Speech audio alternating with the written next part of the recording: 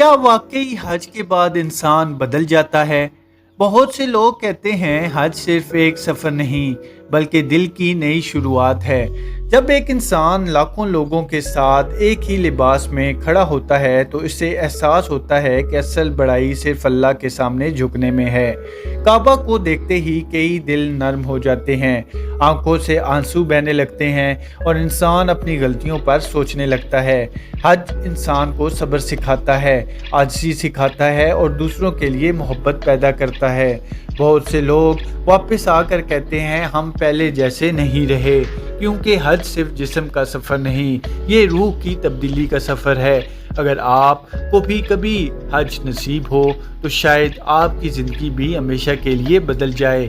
Video पसंद आई है तो हमारे चैनल को सब्सक्राइब ज़रूर करें। अल्लाह पाक आपको भी अपने घर की ज़ियारत कराए। आमीन।